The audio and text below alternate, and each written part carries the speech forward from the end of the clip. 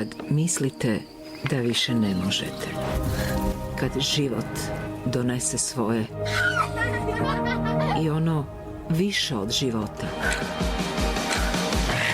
i svakodnevnica također, a sve ono oko vas pritišće, ipak se može razmišljati i djelovati pozitivno. Da, samo pozitivno. Od Deje Antunović.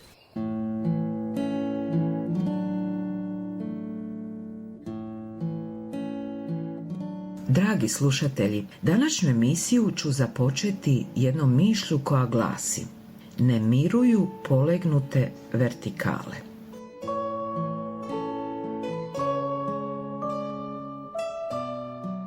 Promislite koliko je samo ta misao, ta metafora duboka, koliko je slojevita, koliko je simbolična, koliko ju se može analizirati i staviti u kontekst raznih vremena, prilika i ljudi.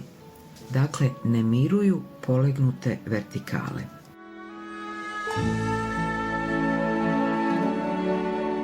A osoba koja ju je napisala, moja je današnja gošća, to je doktorica Zdenka Čorkalo, umirovljena liječnica, anesteziologinja, dobrovoljka Domovinskog rata, književnica, publicistkinja, jedna od rijetkih osoba koju zovem čovjekom s velikim Č. Ali isto tako zovem i majka hrabrost, ili samo majka, ili samo hrabrost, svejedno, jer je u svakom od tih pojmova pronalazi. A hrabrost, što je to? I tome me ona poučila, vjerojatno sažimajući sve i proživljeno, i izgovoreno i prešućeno tih ratnih godina.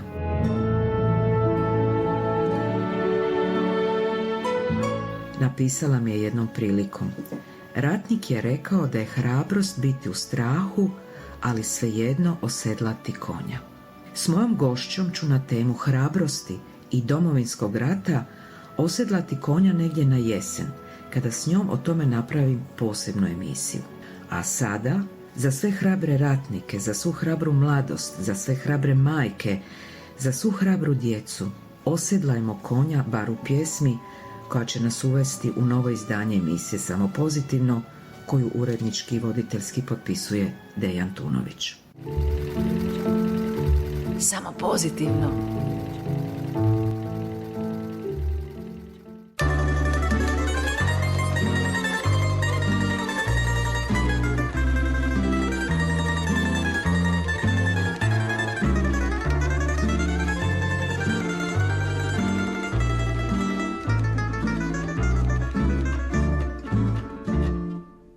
Kad je ćaća konja prodao, svi smo plakali, ni on nije suze svoje mogo sakriti.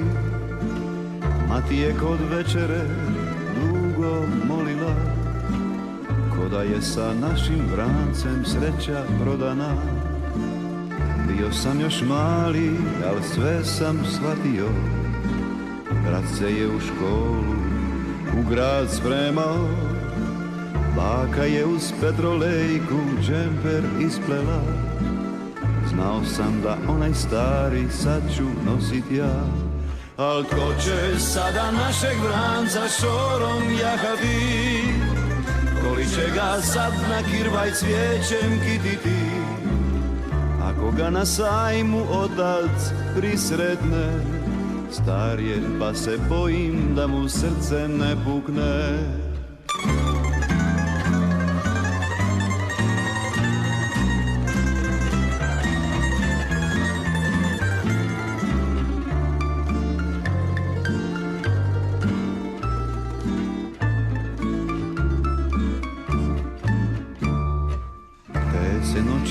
Nikom od nas nije spavalo, otac je sa bratom dugo razgovarao. Mati mu je stvari sve u kofer spremila, jabuke i kruh što je u crkvi svetila. Al tko će sada našeg vranca šorom jahati, koli će ga sad na kirvaj cvijećem kititi. ga na sajmu otac prisretne, star je pa se bojim da mu srce ne pukne. Ko će sada našeg vranca šorom jahati, koli će ga sad na kirvaj cvijećem kititi. Ako ga na sajmu otac prisretne, star je pa se bojim da mu srce ne pukne. Ako ga na sajmu otac prisretne, star je pa se bojim da mu srce ne pukne. Samo pozitivno od Vane.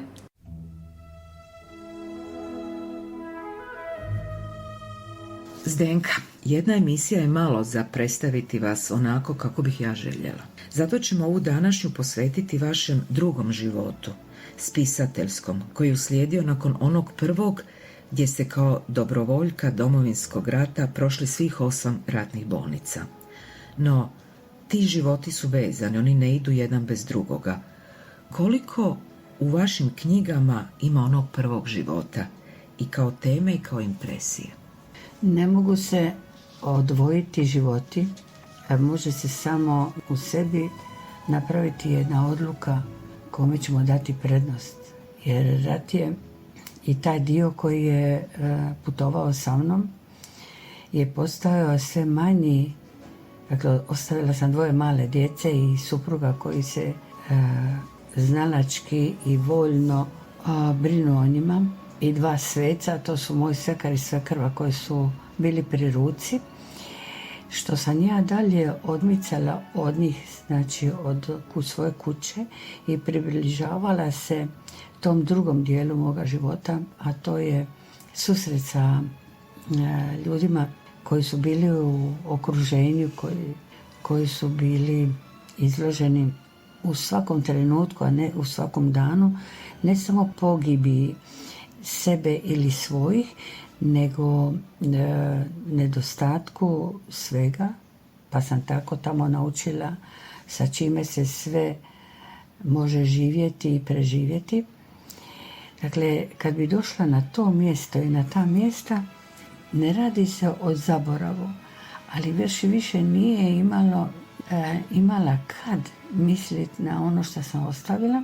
To sam mogla jedino kad bi išla leć, ako bi noć bila mirna, tako da sam na kraju često molila Boga da noć ne bude mirna, tako da ja nemam kad vratiti se ono što sam ostavila, jer ljudi koji su nas dočekivali, to je bilo dramatično, ali vrlo, ne mogu reći, mene svaka neljudskost ili svaka nepravda prema ljudima ili suze koje su nevoljno prolivene, mene ponizi kao osobu. Meni je to tako bilo poniženje u čemu se ljudi nalaze. U što sam ja sad došla kao svjedok i pokušala učiniti tu tragediju najprije u stručnom dijelu manju, a onda i onom ljudskom, na primjer, svaki rat završi pa i taj, ali uvijek je bilo, paralelno su se vodila 2 rata. Jedan opći u kojem smo bili svi ili skoro svi i jedan osobni. Pa taj osobni rat koji sam ja ostavila koliko sam mogla u svojoj kući kad sam odlazila, taj osobni rat sam pokušala i ljudima u čija smo mjesta dolazili ne učiniti manji. To je nemoguće. Svjedočim da je u svojim knjigama da su neki osjećaj neprenosivi. Oni se ne daju u skromne riječi staviti. Zapravo riječ postaje moćna ili moćnija ili ispravna ako to izgovori osoba koja je vjerodostojno svjedočila.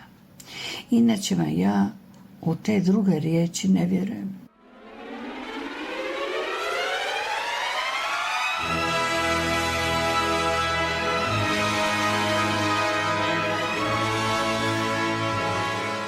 čini mi se upravo, evo sad na tragu ovog što ste rekli, da kroz većinu vaših knjiga se provlači ta jedna osnovna, opetovana tema, a to je tema ljudske patnje različitih oblika.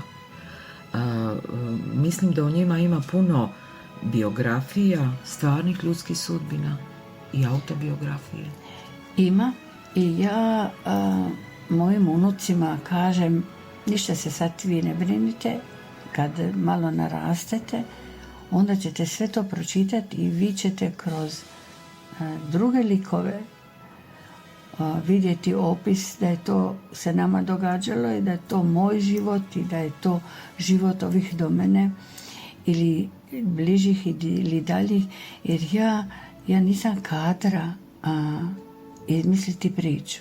Ja mogu pojačati svojim opisima ono što priča, osnovno što priča govori. Ali ja nisam nikada ništa izmislila, jesam jedino promijenila imena, mjesta događanja, neke veze sam pomakla, da se ljudi ne prepoznaju, jer to nije bio cilj.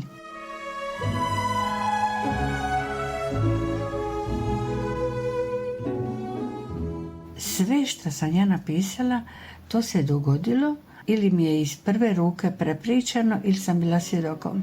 Ja sam impresionirana kao osoba koju niko nije poginuo, tako da još više saginjem glavu pred njima, još više razumijem ženu koja mi je rekla niko ne može razumjeti crninu koju nije nosio.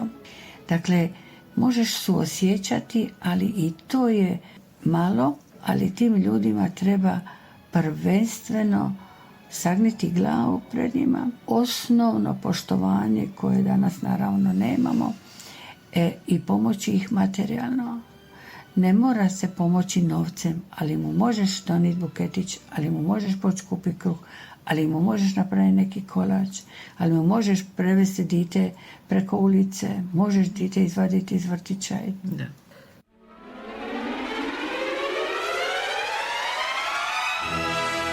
Zdenka, do sada ste napisali 21 knjigu. Tako.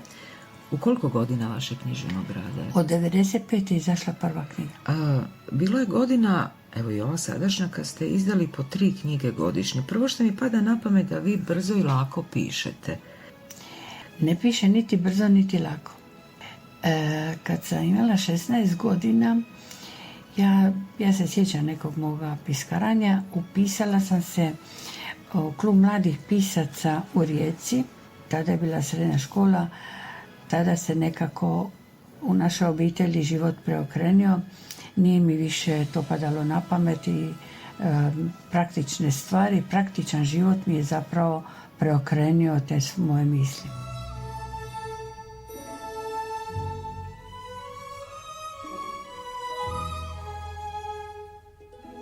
Kasnije, puno kasnije, 95. odnosno čim je rat počeo, meni je bilo nekako žao da, ja ću pamtiti, ali neke ljude, neke sudbine, bilo mi je žao, neka događanja.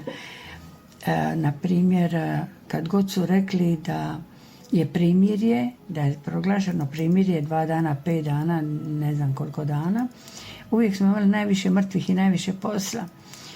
I dok smo mi to shvatili i povezali, trebalo je vremena. I dok smo shvatili da se nikome tu ne može vjerovati. I da često tvoj nije tvoj. To hoće reći da nije na tvojoj strani, na strani pravde i pravednog obrambenog rada.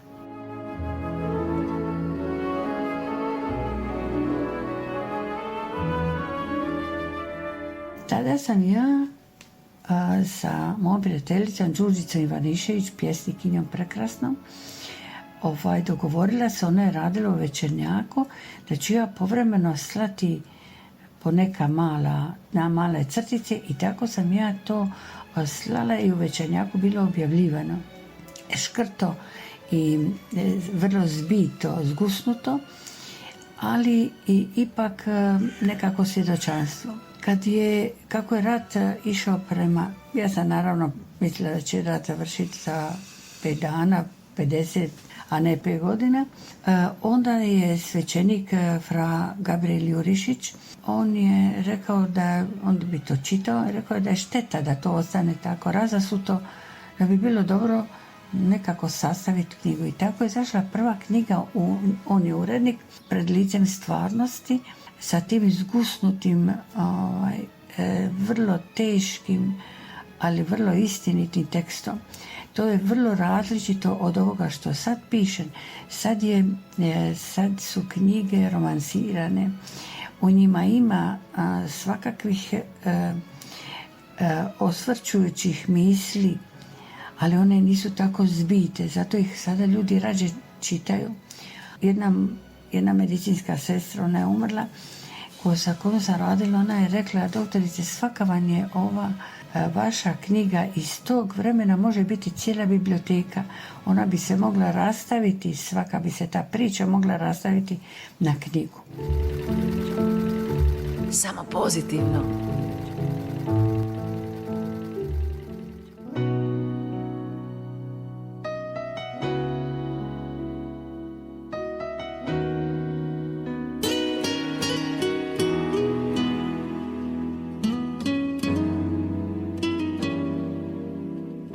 Kad se svo to vrijeme istopi, kaj hostija pod jezikom,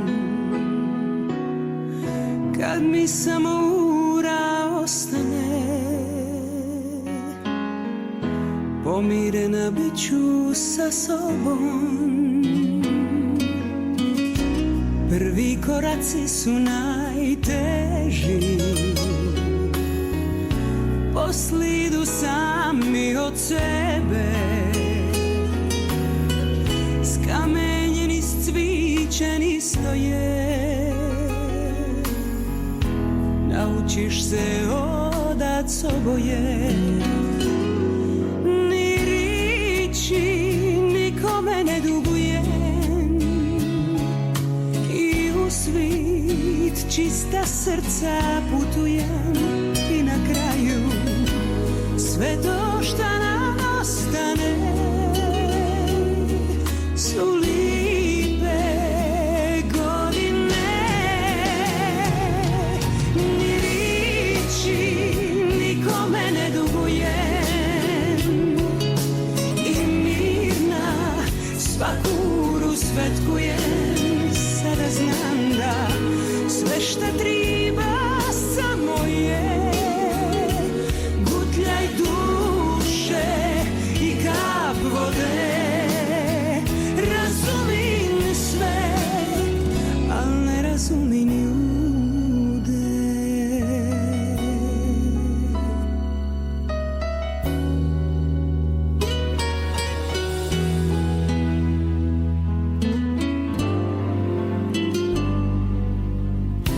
Prvi koraci su najteži,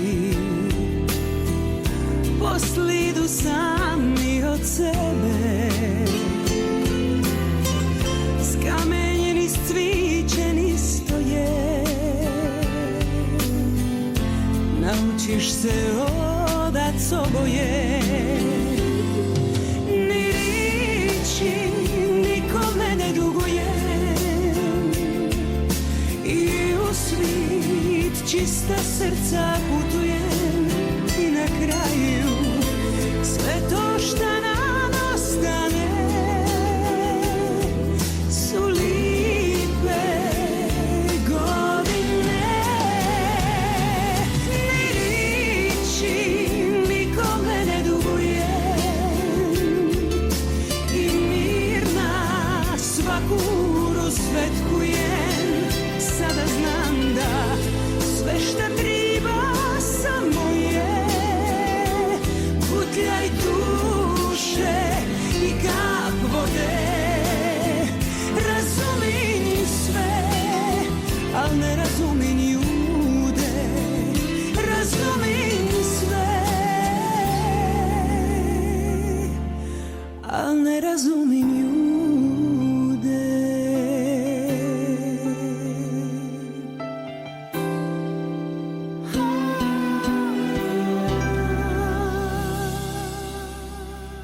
Samo pozitivno.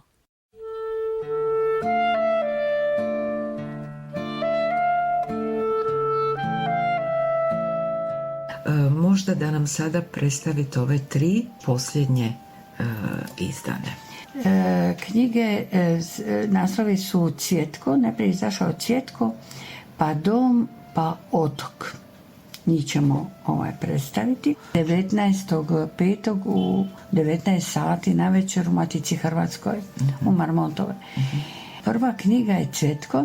Vrlo me motivirala rad raznih komisija koje odlučuju o nagradama. Shvatila sam vrlo brzo, ne mogu reći da mi je neko priznanje draže ili manje drago, ali sam zaključila i potvrdila to životom kako se radi o horizontalnoj rotaciji nagrada uvijek istih ljudi. Oni se promijene, ali tako da oni u tim promjenama nagrađuju ono koji su njih nagrađivali. Meni je to tužno. Ja razumijem da neko u nekoj materijalnoj situaciji to bi razumjela, ne bi odobrila, ali svakako mi je bliže razumijevanju da se tu nekoga nagradi, da mu novaca, da mu prigodu da nešto gradi. Ali u umjetnosti, u tom nekom daru za koji ja nisam Boga molila pa izmolila, nego si dobio nešto malo dara, nešto malo sam napravio, pa tako slikarstvo, pa tako umjetnost, pa tako gluma. Dakle, gdje se radi o talentiranim ili netalentiranim, tu mi je jako teško i žao mi je. Meni je jako žao i ne bi voljela da mi nikada neko od tih ljudi da nagradu.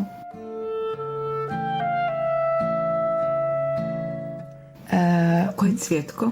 Cvjetko je osoba koja je bio član jedne komisije koja je primala, to sam malo dodala, dakle prijem u radni odnos jedne poznate profesorice, a neće ona proći zato jer druga osoba koja je, 3 su osobe, komisija ima 3 člana, druga osoba se njemu i sviđa i ne sviđa, ali šta ona odredi, mislim po onoj ženskoj liniji, valjda, tako će biti. Dakle, on je znao donijeti svoju odluku kako ona donese. To je naravno takva turbulencija prema osobi o kojoj se radi, prema osobi koja vrlo ima visoke referencije, ima ih brojne priznanja u struci, nikako doći u jedno malo mjesto i biti profesor u školi. To je on.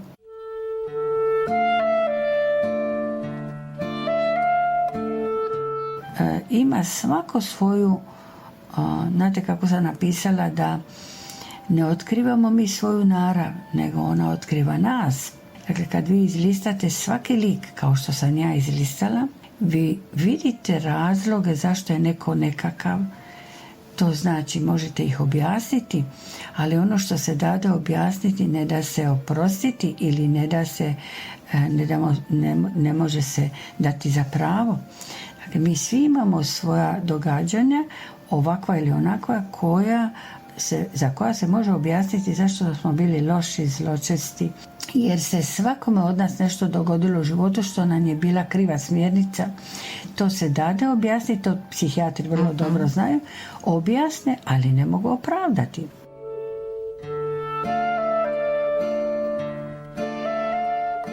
U ovom troknjižju koje sada predstavljamo, meni je posebno drag Dom. Isto jedna priča naše svakodnevice. Dom je jedna priča o jednom našem doktoru. Jedne noći kad smo mi, cijelu noć smo zapravo radili i nekako zadovoljno izašli na kraju smjene iz te operacijske dvorane. Za vrijeme operacije kad nam ne ide dobro, onda svi šutimo, a kad malo bolje krene, onda zapravo pričamo da ne zaspemo, da se razbudimo, da bude malo, anesteziolozi su inače duhoviti i to sve nekako zaokruže umeko.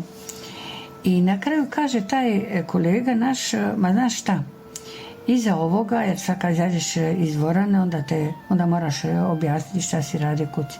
Onda izađeš vanka pa je rodbina objasni to, pa onda dođeš kući pa objasni zašto si jadan i nikakav i tako. On kaže, ma znaš šta, najbolje bi bilo da odemo svi u starački dom, tamo nas niko neće tražiti.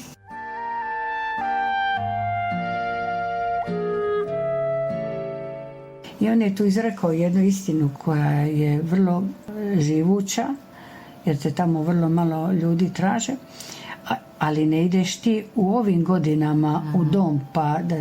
Dakle, mi smo se smijali na to, međutim, kako on bio ovako jedan vrlo temeljiti čovjek, on kaže u neko doba kad je imao slobodno prošeta on u prvi starački dom. On baš vidi kako to dođe nama i kaže, znaš ti da sa našom mirovinom ja sam vidio kad bi mi trebao dom ne bi mogli platiti niti jedan dom u gradu. I tako je krenilo. Uglavnom se tu sad plete priča koja ima i obiteljske odnose i podpriče i puno toga. Njemu nije potrebno, on ima kuću, stan i još jednu malu kuću i ostavštinu od obitelji i to je jedna sređena obiteljska situacija. Međutim, nije ti sve u imati, jel? Da, izlazi na površinu druge. Tako je, ono što nije uspio tijekom radnog života od 40 godina bolnice izgraditi sa jednim članom svoje obitelji, sa svojim djetetom i onda tu nastaju zavrzlame koje su realne, moćne, jer nas svih to ili čeka ili smo već doživjeli ili nas to čeka, ali njegova intelektualnost, njegova dobrota je prvenstveno žal za onim što mu je bolnica uzela i ono što joj nije htio dati je to vrijeme. On ipak uz pomoć drugih dobrih ljudi okreće stranicu i dovodi tog svog sina u situaciju da prihvati stanje koje se ne može vratiti, znači godine koje se ne mogu vratiti, ali mogu kvalitetno, znači oni su materijalno vrlo zbrinuti, ali i to nije malo. Za one koji nisu imali emociju, a imaju materijalno, oni o to materijalno uopće ne razmišljaju. Ali nije malo kad ti neko da kuću, stan. Da. A treća knjiga Otok, nju nisam pročitala. Dobro, Otok je jedna istinita priča. Dakle, naš prijatelj, vrlo je poznat, svak ga, ja mislim, u Hrvatskoj zna. On je meni ispričao na nekoj kavi taj svoj jedan dio iz djetinjstva, kad je imao 15, 16, 17 godina. Ja sam bila šokirana tom njegovom pričom, jer mi smo bili jedna prosječna gradska obitelj, ali nismo nikad bili gladni. Mene impresionira to hodanje do osnovne škole po 12 km, pa biti gladan, pa postati sveučilišni profesor. Dakle, ja sam živjela u gradu, kazalište Lutaka smo išli redovito, bila sam u vrtiću, imala sam taj dio je neprepoznatljiv onima koji to sve nisu imali. I dakle, on je to ispričao i ja kažem, jel bi ti imao šta protiv da ja napišem knjigu o tebi i ovome što si ti napisao? Možemo sve napraviti. Ja nikad nisam napisala knjigu, a da se nisam dogovorila s nekim o kome pišem. Ja sam uvijek dala na čitanje prije tiska. I šta god su ljudi rekli da ne bi to, da ne bi, koliko god je možda bilo važno za neko razumijevanje. Vi se to poštivali. Tako je. I zbog toga ima milion priča u mojoj glavi, ispričanih i neispričanih, jer svak želi da ta njegova priča ostane zapisana, ne treba ime, ali po opisu gdje se to događa, kako onaj koje treba prepoznat će. Ponovimo još jedan put kad će biti promocija. 19.5. u 19 sati u Marmontovoj u Matici Hrvatskoj. Samo pozitivno.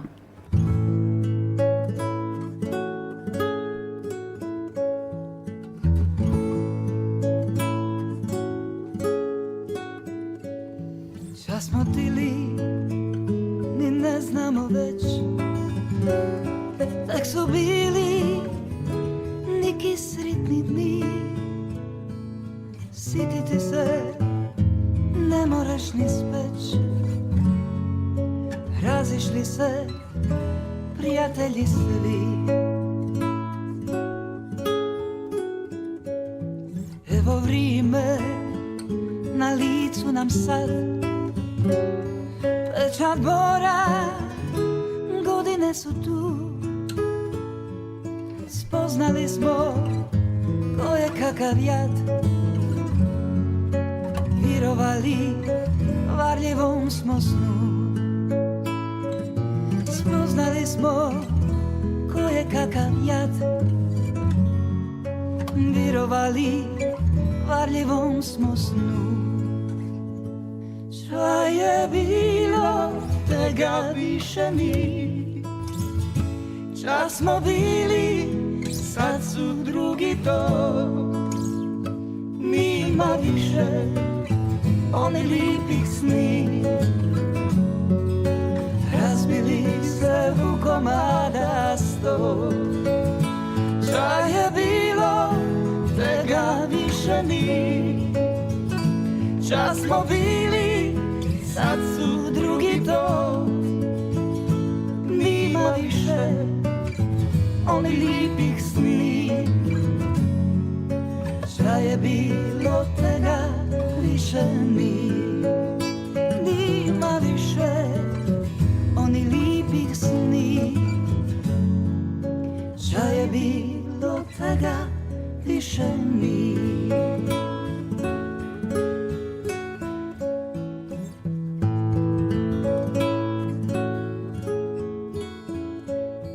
Mladost ode kao morski vir, lipe pisme, radosti i sni. Šutimo već, tražimo svoj mir.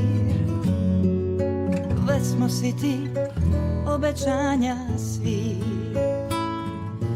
Šutimo već, tražimo svoj mir. Već smo siti obećanja svih. Šta je bilo, tega više ni. Čas smo bili, sad su drugi to. Nima više oni lipih sni.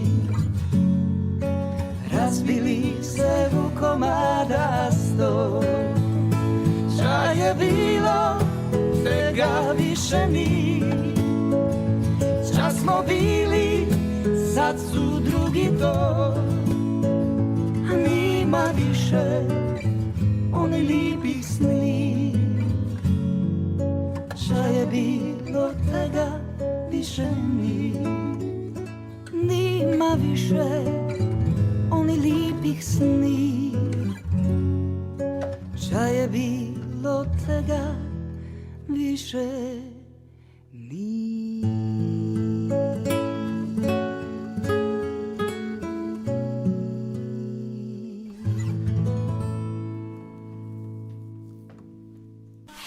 Samo pozitivno.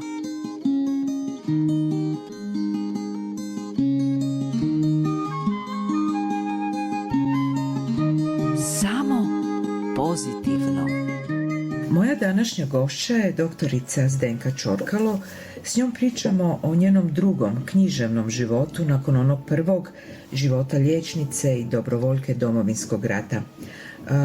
Ja vaše knjige doživljavam i kao jedan moralni životni vodič i kao da nas svaka na svoj način posrami zbog te vaše visoko podignute moralne ljestvice. Pa ja mislim da ljestvica mora biti tamo gdje se postavila, ali niko nije napisao nikome, pa ni ja, niti mogu, niti znam, niti je to realno. Nisam stvoritelj, nisam Bog. Ako ljestvica nije podignuta na tu razinu, onda će ona padati i sama po sebi sve dublje. Dakle, nismo napisali, nismo rekli kako se do te ljestvice dođe. Šta se dogodi ako ljestvicu sami svojim životom pomaknemo? Neka je pomaknemo ako su takve okolnosti pomaknemo je samo sebi. Ali ona mora biti kako je zapravo po Božjem i ljudskom zakonu i šta ne bi volio da tebi naprave drugi, nemoj niti pravi drugima, zato ne treba biti ni religiozan, ni visoko uman, ni ništa, to svaka žena s pazara razumi. Dakle, ja sam smatrala da mi knjige i kad nisu osobe i likovi dosegnuli taj jedan dio ljestvice, moralne ili neke druge, da je ja ne mogu spuštati. Ovo što sam napisala, ne miruju polegnute vertikale. To je takva velika istina, jer svi one vertikale koje su polegnute, to znači da su one bile vertikale, one su shvatile i došle do ljestvice, život ili ljudska oholost ili ljudske neke su spuštale ljestvicu na način da zapravo polegnu vertikale.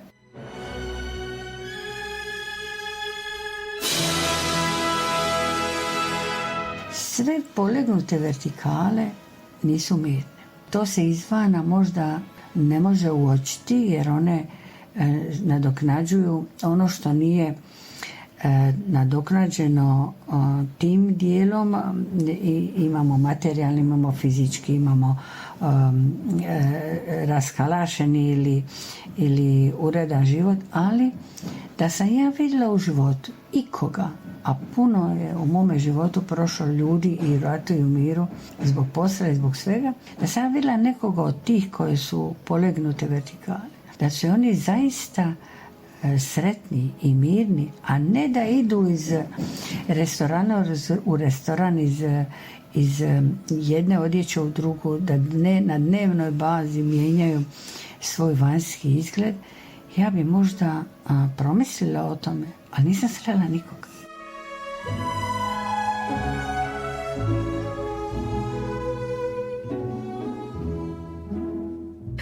Vaše knjige su zapravo pune takvih misli. Evo, izdvojila sam samo neke iz nekih vaših knjiga, a vi ćete ih kratko objasniti. Što je lijek za srce? Samo dobrota. A što je životni stožer? To je ta uzdignuta vertikala. Jer ovi koji su još nisu polegnute vertikale, morali bi razumjeti, ne govorimo opravdati. Niko nije Bog. I ja sam protiv toga da je čovjek mogao i znao drugčije u određenom trenutku, napravio bi. Je li srce svakog čovjeka zna što je dobrota? Mislim da da. Ne govorimo o periodu u kojem je zatečen jedan kriminalac, jedan ubojica. Ne govorimo o tom periodu jer to se ne da procijeniti, ali u osnovi mislim da je dobrota upisana u svakome od nas. Jer ja sam, na primjer, nekada smo mi na jednom odjelu, znači ljudi koji su bili psihički bolesni, koji nisu bili u realitetu, dakle on nije znao da sam doktorica, da sam ja dolazim njemu i da ću mu pomoći da on zaspe, da to su bili onda terapija udara strujom pa da se to nekako prebrodi. Bilo je nekih koji su, nekih od nas ili od nekog osoblja, bili malo grublji u smislu daj sjedi, daj legni, daj više, daj umiri se. Međutim, ja to nikad nisam radila jer je meni to sve ponižavajuće. Ja bi došla pa bi s njima malo popričala, pa daj mi ruku, jer najvažnije je bilo doći do krvne žile, da onda mogu dati u nju šta hoću. Oni su jako to prepoznavali. Znači, dobrota se prepoznaje, makar nisi u realitetu, to znači kod teških psihijatrijskih bolesnika.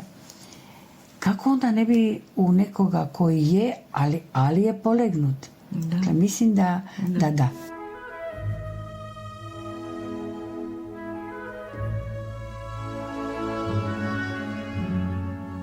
Je li ikad prođe ono što prođe? To je individualno pitanje i odgovor.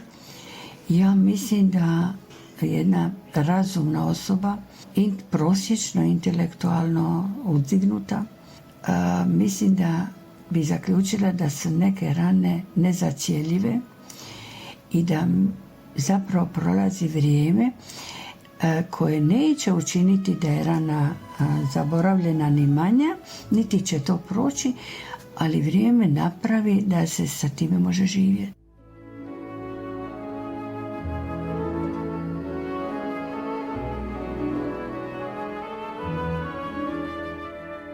Biti zatvoren nije jedina nesloboda. Tako je. Govorili smo o zatvorenu prostoriji, zatvorenu u nekom dijelu organizirano, zatvor, kuća, kazna. Međutim, to sam ja često prenosila na zatvor u sebi i taj je zatvor najbitniji.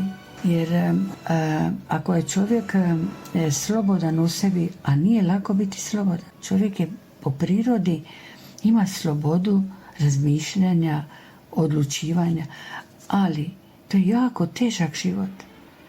Biti slobodan u svojim stavovima, ne agresivnim, nego u kući ću imati samo 3 stvari, to je sloboda. Ali ako god mu dođe u kuću, on će reći, Bože moj, u što sam ovo došao, neću više doći. Da sam ja netko, pozvala bi sve dječake, dala bih im igračke i pustila ih da se cijeli dan igraju i jure. Radili bi divne stvari, prekratki bi bili dani, voljeli bi svoje škole đaci. Da sam ja netko, svim majkama bih izbrisala bore, učinila da očevi ih vole, davnu ljubav da im vrate i da mirno žive svoje sate. Da sam ja netko, ne bi ljudi život proklinjali, sve bi ruže ženi poklanjali. Kako bi se živjelo i kako bi se voljelo i kako bi dobro bilo.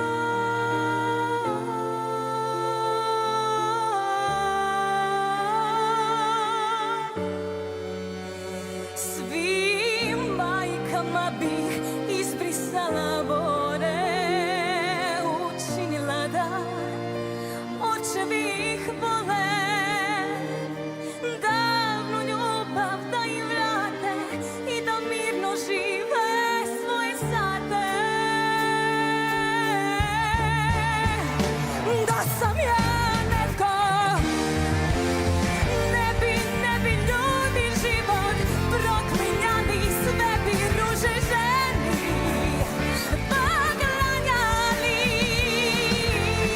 Kako bi se živjelo i kako bi se voljelo i kako bi dobro bilo. Kako bi se živjelo i kako bi se voljelo i kako bi dobro bilo.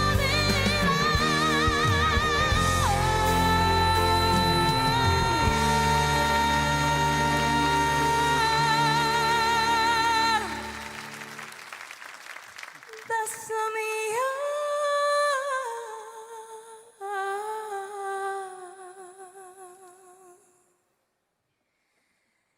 netko.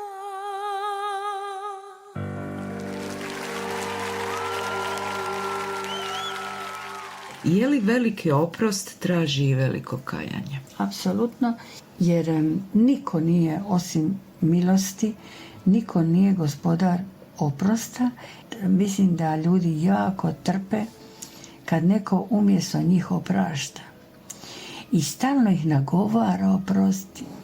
Uopće se o tome ne radi.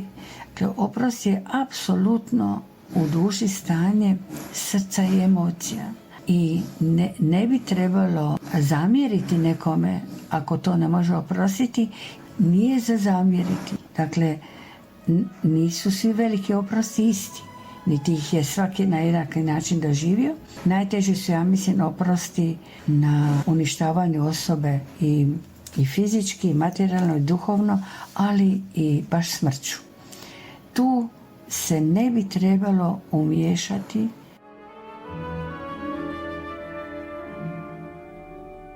I meni jedna od najdražih vaših misli: tupa bolje kao tupa olovka, što je više oštriš, više puca. Upravo sam mislila sada reći, ako je ne izgovorite, da ćete to reći. To je stvarno istina. Čovjek ima tupu bol, to je ona bol koja je samo njegova. Znači, tupa bol je ona bol koja se ne izlaže. Ona je vlasnik u nečijem srcu, u nečijoj duši i ne želi izlaziti vani.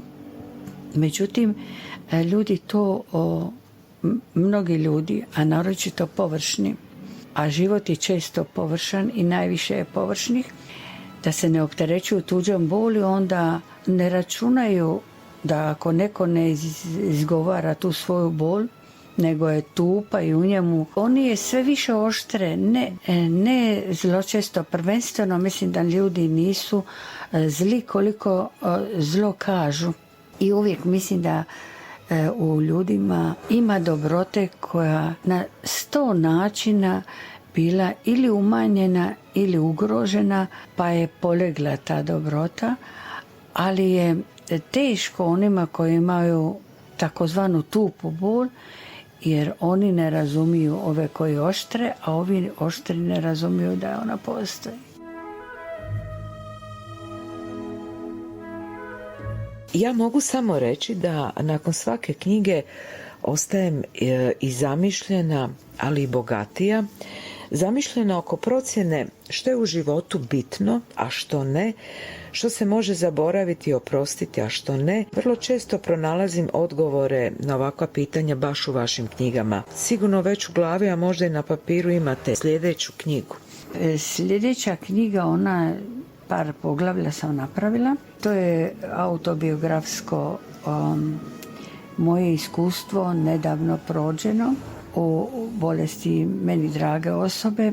Baš tu želim tu tupu bol nekako iznijeti najviše radi svoje velike djece i malih, da znaju za 20 godina kad narastu da se to događalo tako i da ono što oni nisu vidjeli, a mi smo nastojali da oni to ne osjete i ne vide koliko se moglo, da to je teško i da puno vrijedi i da je to zapravo dokaz, jedno svjedočanstvo da je to moguće. S jedne strane je taj dio, taj literalni, a s druge strane opisujem zapravo jednu ustanovu, ljude u njoj u kojima sam ja ostala zatečena da postoji, da se događa tu blizu nas, a da se ne zna da su oni takvi i da nijedna dobrota nije zauvijek rodio si se kako si se rodio, međutim ljudi se mijenjaju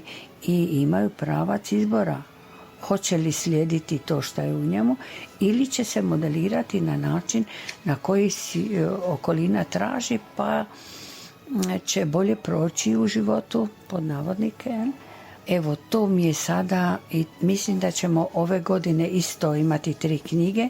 Jedna je već izašla, a ova druga koju sad pišem, ona će izaći možda biti gotova za mjesec, 2. I onda do kraja godine imam plan još jednu. Zašto pišem tako? Ja ne pišem ni lako ni brzo, ali sam vrlo disciplinirana. I toliko ima želju to napisati šta mi je u glavi, da ja zapravo između svake juhe i sarme i večere i odvoženja djece u glazbenu i između svakoga toga napišem dnevno bar jednu rečenicu. I to sam naučila u struci. Da svaki dan moraš pročitati o svojoj struci nešto iz struke, bar jednu rečenicu. tako nastaju knjige. I nije istina, a nemam prirodno, onda kad se to treba stvarati ta navika izlaska, kava, druženja s ljudima, to je sve pozitivno, to je sve drago i dobro. Tada kad je bilo vrijeme, za nas nije bilo vrijeme. Tako da nisam, a poslije je došla bolnica, to onda uzme sve, ne može. Znači nemam onaj prioritetni, imperativni osjećaj da moram izaći vanka, da se mora naći na kavi. To vidim u tome neko dobro vrijeme. Meni ne fali, a i valjda ni drugima onda, nego onda to tako nađem, sjednem, ništa mi ne treba, nikakva mi ne treba. U autobusu dok vozim, onda se zaustavim pa nešto zapišem, pa tako.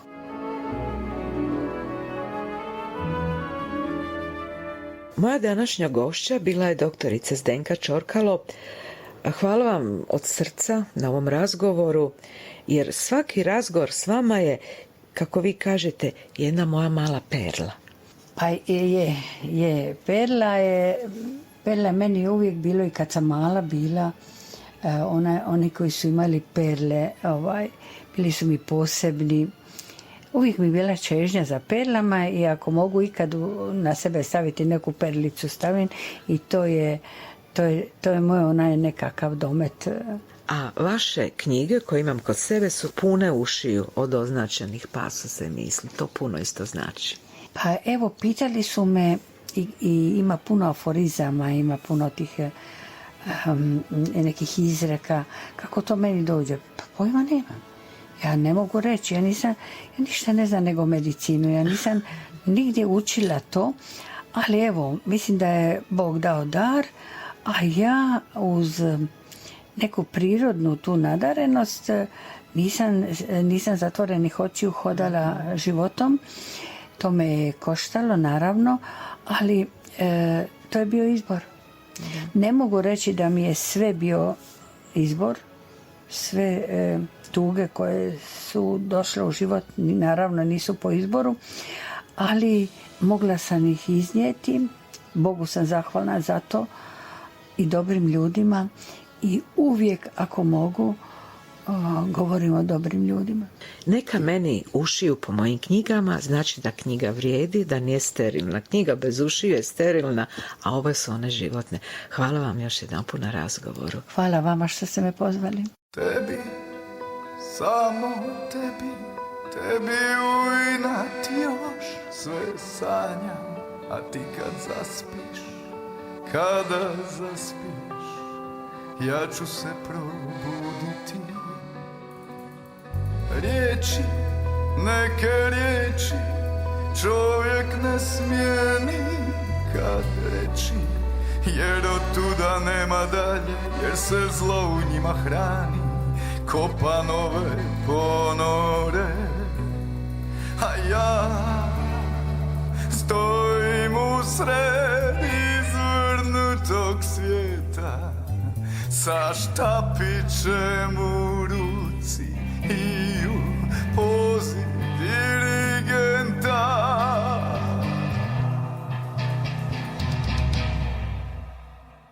Tebi, samo tebi u inat dobro pamtim sve te ljude kako zbroda niz vjetar čaše bacaju. Riječi, neke riječi, čovjek ne smije nikad reći, jer od tuda nema dalje, jer se zlo u njima hrani, kopa nove ponore. Još uvijek se negdje rastežu ugasle na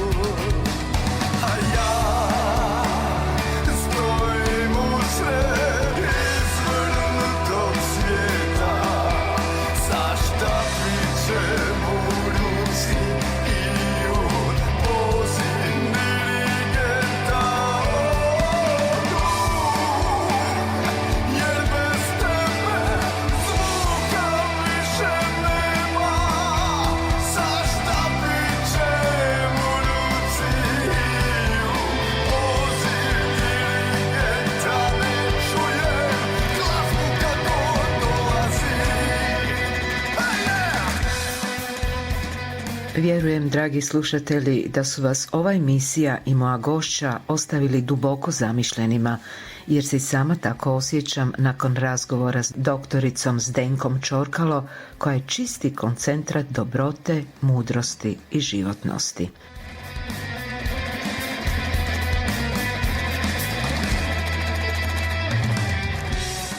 Tema današnjeg razgovora je bio njen književni opus i takozvani treći život, koji je uslijedio nakon ona prva dva, koji su je zapravo i oblikovali u vertikalu koja ona sada jest. Drugi život je onaj ratni, kada je kao liječnica dobrovoljka prošla tugu i nevolju svih 8 ratnih bolnica, pregazila put dug više od 3000 ratnih dana, nagledala se sudbina, naživila zla.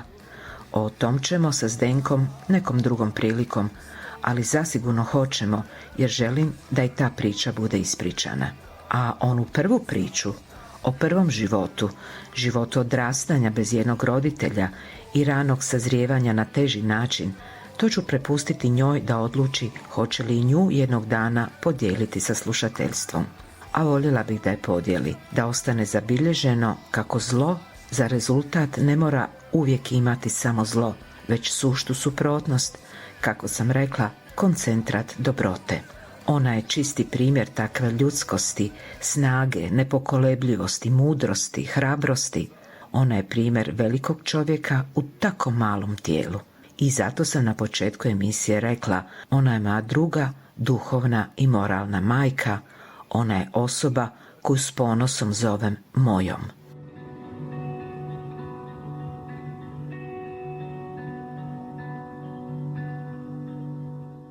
Dragi slušatelji, ostavljam vas u promišljanjima svega onog što nam je Zdenka Čorkalo danas ispričala i vertikalama kojima je u nama dala bar temelj. A ja vas pozdravljam do novog druženja u emisiji Samo pozitivno. Srdačni pozdravi od Dej Antunović.